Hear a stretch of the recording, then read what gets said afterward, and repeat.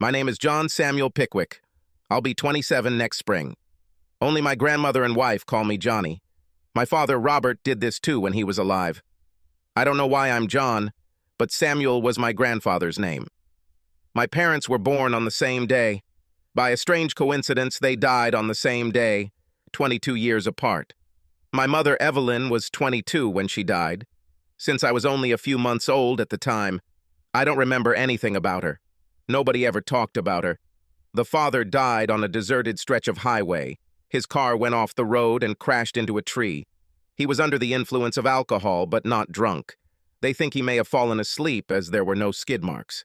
They were never able to determine exactly why he was on this highway. My dad and grandparents raised me with my grandmother until I was 8. When Dad finally saved enough money, he bought his own house. That's where I still live. The house is a typical country setting. This is one of those developments where every third house is the same. My dad died 4 years ago while I was in college. He had a restless soul. Dad wasn't one to say, "I love you," but he always tracked me down and gave me a big hug when he came home from work. I don't remember a single day when he didn't smell of whiskey. However, we didn't have a single bottle of alcohol in our house. Even though he spent a lot of time in his favorite pub, I really don't think he had a problem with alcohol. Photos of him still hang on the walls of the pub from all the years he was a darts champion. Dad drove a truck and knew almost everyone in town. When he was sick, his neighbors came to him with soup and elixirs. Dad didn't believe in painkillers, so witches' brews, as he called them, were the only remedy he took for his ailments. I'm not so lucky. If I got sick or in pain, he would take me to the doctor to get an injection in my butt. I've learned not to complain. Dad loved playing rugby, and so did I. No matter how rough rugby was, if I complained about an injury, he would tease me. "Let me know what size dress I need to buy you, Joan." I never remember us having a party. Dad was a loner and had a very small circle of friends. It was unusual for him to date the same woman for the second time. Attempts to arrange a date with him proved fruitless. When Dad died, Grandma paid for a beautiful headstone. Robert Pickwick, Evelyn Pickwick, the loving parents of John Samuel Pickwick. I had never been to my mother's grave until my father was buried. I have a civil engineering degree. I work in the city on road improvement projects. I didn't really set out to work on the roads, but was inspired by a few presentations. When I was a sophomore in college, I interned in the city between my junior and senior years. The timing was perfect, as one of the old-timers was retiring around the time I graduated from high school. I married my high school sweetheart, Mary Ann, and we have a 4-month-old son whom we named Robert Samuel. Mary Ann and I kept pace all through high school. I ruined everything when I slept with a girl who allowed it to everyone. You know how high school kids are afraid of dying as virgins. There were a lot of tears. Since I was going to college and Mary Ann was not, we just broke up. We said hi when we bumped into each other during the holidays. After graduating from high school, I moved home, and about a week later, I found Mary Ann on my porch. I would still like to see if we have any magic left. We began a slow process of reconciliation. I found out that Mary Ann has her own house in the city. Her father accepted a job several hours away. Her parents moved shortly after Mary Ann graduated from high school. Mary Ann worked as an accountant at a clothing store downtown. After a few dates, it became very clear that we definitely had good chemistry. She wasn't a virgin, and I ended up on the floor more than once in college. We never talked about details. That was in the past. Our courtship lasted less than 6 months before I proposed to her. We waited a few years before we decided to have a child. Mary Ann worked until 10 days before giving birth. I'm your typical 6-foot, 200-pound, out-of-shape guy. Mary Ann is petite, about 5 feet even, and barely 100 pounds. Her breasts look like little pancakes with raisins on top. Mary Ann is athletic and, being so light, gyrates as she rides me like a cowgirl. She is a tigress in the bedroom and refuses me nothing. It's not about what you have, but how you use it. One of her favorite role plays is when I sneak up on her in the kitchen and pin her to the table. I mask my voice with a low growl as I caress her. I can't call it a rape fantasy. It's more like a rag doll, a submissive slave. In such games, she more than once reached the peak of pleasure. This little treat was put on hold when Mary Ann became pregnant. As her due date approached, she began to look like a water balloon with legs. She hated her appearance and couldn't understand how I could love her when she was so bloated. There was nothing I could say to calm her fears as she was tormented by hormones. My engineering degree did not prepare me for how to calm her fragile mind. Robert Samuel wrapped his small fingers around me. I'll do anything for him. Mary Ann really enjoys being a mother. We have already planned for a new addition to the family as soon as Robert's first birthday arrives. I make enough from my job to easily afford our lifestyle. Mary Ann is very self-conscious about her figure. She would like to have bigger breasts. Since she is breastfeeding, they are too big right now. There's a guy next door who seems to hang around our house. Charlie just graduated from high school and does hard work when he can find it. He always asks if we have any tasks he can do. I find him a little creepy. He's a very big guy. About a week before Christmas, our marriage suffered greatly.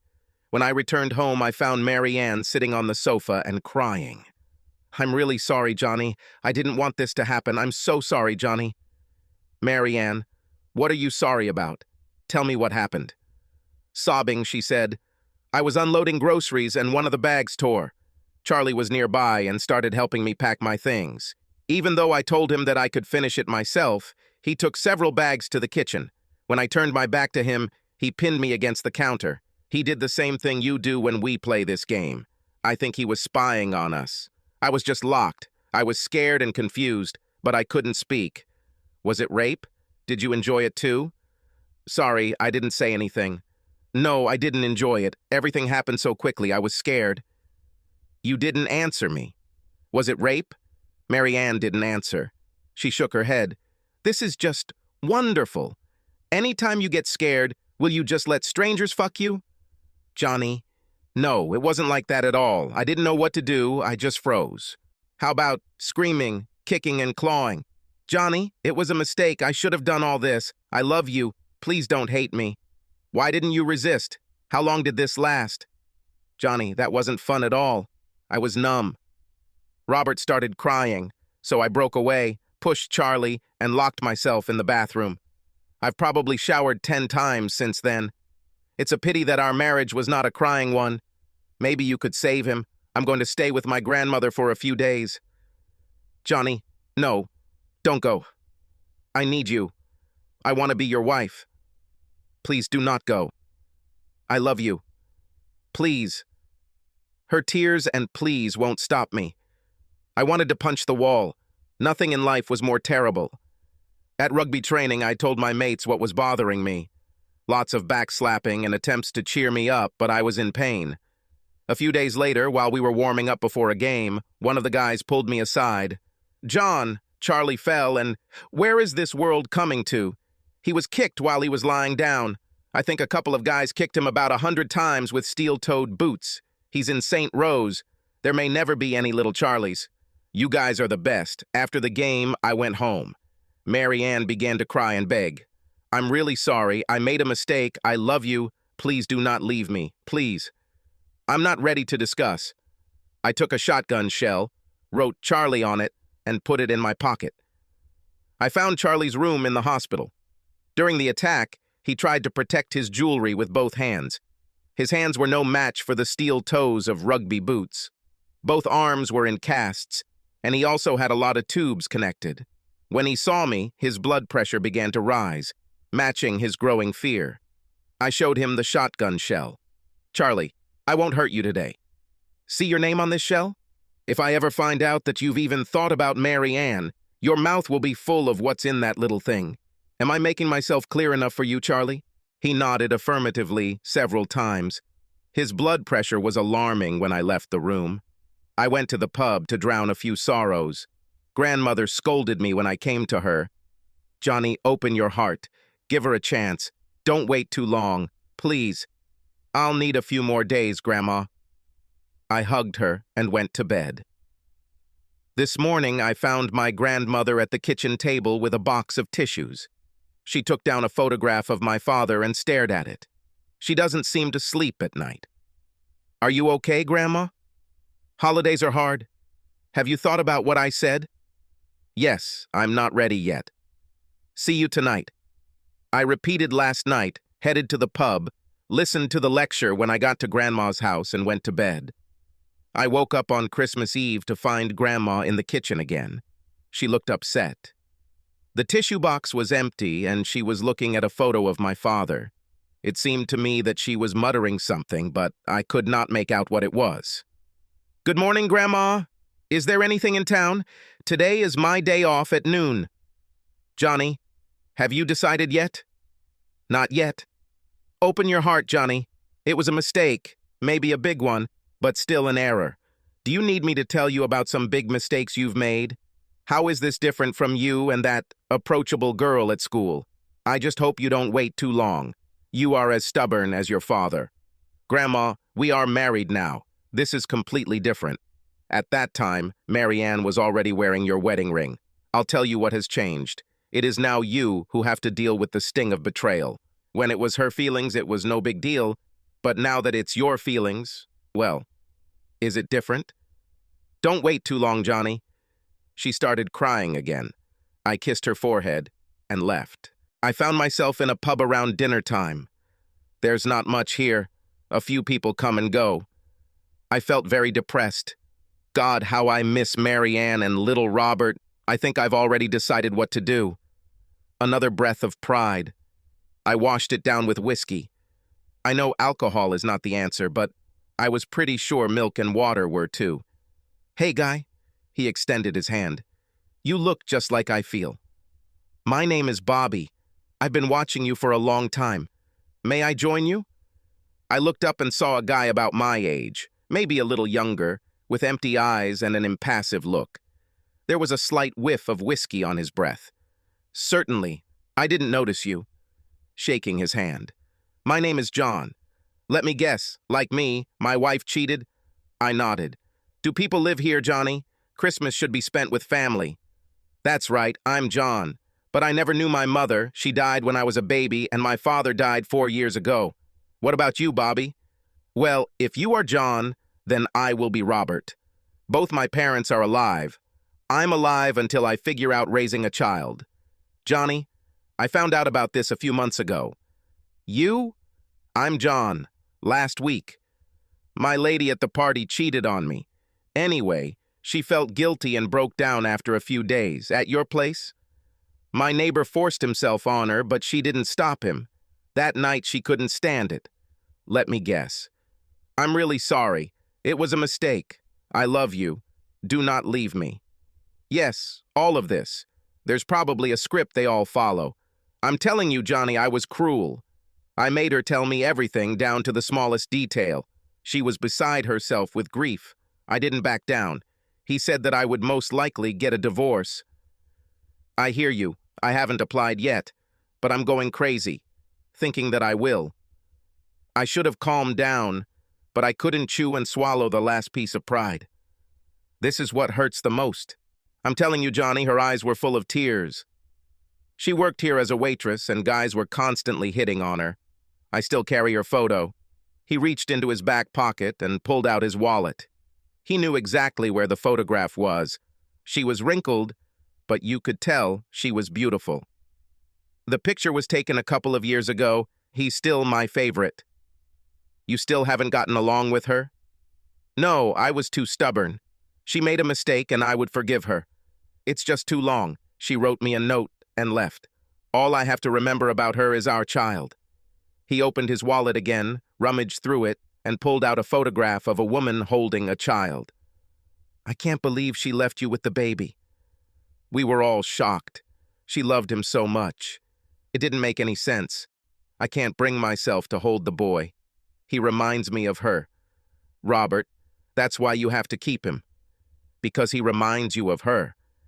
He opened his wallet again, rummaged through it, and pulled out an envelope folded in half. He carefully unfolded it. On the cover was written in a woman's hand, "Bobby." He carefully took out the letter and pushed it towards me. She wrote in a very elegant hand, "Bobby, I'm so sorry. I will never forgive myself for this. I cannot live without you. With love, Evie." His eyes became misty, and so did mine. You could see how broken his heart was on his face. Do you ever talk to her? I have tried. Mom helps me with the child. Like you, he will never know his mother. The boy meant the world to her. Don't you think there's a chance for you to get back together? He reached into his coat pocket and pulled out a photograph. He flashed it at me. It was a picture of a tombstone. Now she lives here. This was her suicide note. She went to her grave thinking that I didn't love her. I come here every day and drink a little whiskey for courage and then walk along the deserted path to talk to her before heading home. His voice didn't change. Life had already been drained from his soul. On the other hand, I have never felt worse. My stomach cramped, my eyes blurred with tears, and my heart had never felt such pain. He wiped his eyes and carefully put everything away. I felt so sorry for him. He is about my age and has to live with this for the rest of his life and raise his child. So you have to ask yourself, Johnny, would you rather hold your wife or look at her name etched in stone? I know which option I would choose. I just don't have a choice anymore. Merry Christmas. Johnny, thanks for letting me bother you. He turned and headed towards the door. Merry Christmas to you too, Robert. Maybe we'll see you again? He didn't even look back. He simply raised his hand and waved. I tried to swallow the last sip of whiskey, but the lump in my throat prevented me. Tears streamed down my face. I called the waitress and started putting on my coat. She was young and I had not seen her before. Handing her a 20, I said, "Is that enough?" "Let me bring you some change, honey." "No. Keep the change, Merry Christmas." "Oh, thank you, honey. Merry Christmas to you, too." She bent down and picked up something from the floor. "You must have dropped it." It was a photograph of a tombstone. "No, the guy I was talking to must have dropped it." "Honey, you're wrong.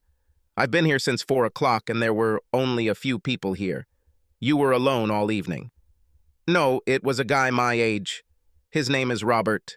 She touched my cheek and looked into my eyes. "Be strong, Johnny. You can do it. It's time for you to go home." She moved the photo towards me. I looked at the photo and trembled. My head was spinning. My vision became blurry. I looked again to make sure. Evie Pickwick, loving mother of John Samuel Pickwick. I laid my head on the table. Everything was spinning. It cannot be true. I took a deep breath and stood up. I looked, and instead of a photo in my hand, I saw a drink coaster. My 20 was lying on the table. I looked around and didn't see the waitress. I took my 20 to the bar. I tried to pay the waitress. She can keep the change. "Well, boy, I sent her home an hour ago. Let me bring you some change." "Let the waitress keep it for herself. Merry Christmas." I was dizzy all evening. When I got to the car, I called home, but no one answered. I dialed Mary Ann's number, but no one answered. I don't remember much about the drive home except chanting, "Please be okay, please be okay. My son will not be raised the way I was raised." I pulled into the driveway to find the house dark. I called Mary Ann's parents. "Hello, Mom. It's me, John. Is Mary Ann there?" "She's busy. She puts Robert to bed. Can I ask her to call you tomorrow? I would really like to talk to her tonight. She's busy today. She is with people who love her. Can you just leave her alone today? Please tell her that everything is forgiven and I want her back, if she agrees. I'm home." The phone went silent. I walked into the house and went straight to the bedroom closet. I pulled out a shoebox with my dad's things. I sat down in the living room, opened a shoebox, and found his wallet. I carefully pulled out the 2 photographs and the letter he had shown me earlier. The photos have yellowed a little. I found the 3rd photo, all 3 of them. I was choking with sobs. I kissed the photographs. "I love you, Mom. I love you, Dad." Another glance at my wallet, and I was holding a photo of Evie's gravestone. I was shaking, trying to calm down. Mary Ann's parents lived 2 hours away. I didn't know if she would come home tonight or if she would come back at all. I was just a wreck. I counted the chimes from 1 to 11. When the 12th stroke sounded, I heard the front door open. Mary Ann put down the stroller. She cried, "Johnny, it's me." I raised my hand like a stop sign. "I know it was a mistake. I understand. Everything is over. We will never talk about this again. I have never loved anyone as much as I love you. I want you to come back if you will take me." She threw herself into my arms. "I love you, never again, I promise." We hugged and kissed for a long time. "What is this on the table?" "These are my father's things. I felt very lonely today. I'll clean everything up in the morning. Merry Christmas." "I have nothing for you. Merry Christmas. Having you back is the only thing I wanted. I am so sorry. I will never forgive myself for this. I cannot live without you." The hairs on the back of my neck stood on end. I squeezed her tightly. My tears started flowing again. "Mary Ann, it took me a few days to realize this, but I would rather live with you than without you." The energy and passion we put into our lovemaking was incomparable to anything we had ever done. I don't think we fell asleep until 4 a.m. Robert's crying woke us up around 6 a.m. "Come on, get dressed. We need to get to Grandma's house." Grandma was sitting in the kitchen with a box of tissues. When she saw us, her eyes lit up like a 5-year-old child who saw gifts under the tree. She hugged Mary Ann and kissed her forehead several times. Mary Ann didn't know what to think. Grandma really needed this. "Johnny, you made me Christmas." "I'm sorry I made you cry, Grandma." Grandma buried her head in my chest and hugged me tightly. Later that morning, Mary Ann stood in the kitchen, holding Robert in her arms and rocking as mothers do. Grandmother took a photograph of my father. I helped her hang it back on the wall. "When did you stop calling Dad Bobby?" Her head turned sharply towards me. There was a strange expression of surprise mixed with shock on his face. "On the first Christmas Eve after Evie's death." He returned home and announced that he would be Robert and she would be Evelyn. Bobby and Evie were too painful for him. This was the strangest thing. He also pulled you out of the crib. Until this moment, he seemed afraid to hug you. You slept in his arms all night. Since that night, he hugged you every chance he got. Are you okay, Johnny? You look a little pale. I felt a cramp as I began to tremble. With a little strength, I'll be fine. Connie, Bobby would be so proud of you. It may not have meant much to me yesterday morning, but today it did. Mary Ann and I returned home at dusk. While she put Robert to bed, I began to put away my father's things. I looked at the photos again and began to shake as my tears fell. It was her. She was a waitress. Charlie disappeared. I don't chase Mary Ann around the kitchen anymore. Robert has a younger sister, Evelyn. In one of life's little oddities, she was born on the same day as her brother, 2 years apart. I paid for a new headstone, Robert Bobby Pickwick. Evelyn Evie Pickwick. Together forever, loving parents of John Samuel Pickwick.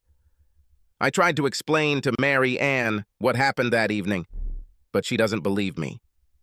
I warned you, Johnny, not to drink on an empty stomach. I can't explain it. I know that every time I find myself in a difficult situation, I touch my cheek where she touched me and think about her words. Be strong, Johnny. You can do this. Subscribe to our channel so that your second chaff doesn't cheat on you, and go ahead and listen to the next story, because this story is nothing compared to the next one.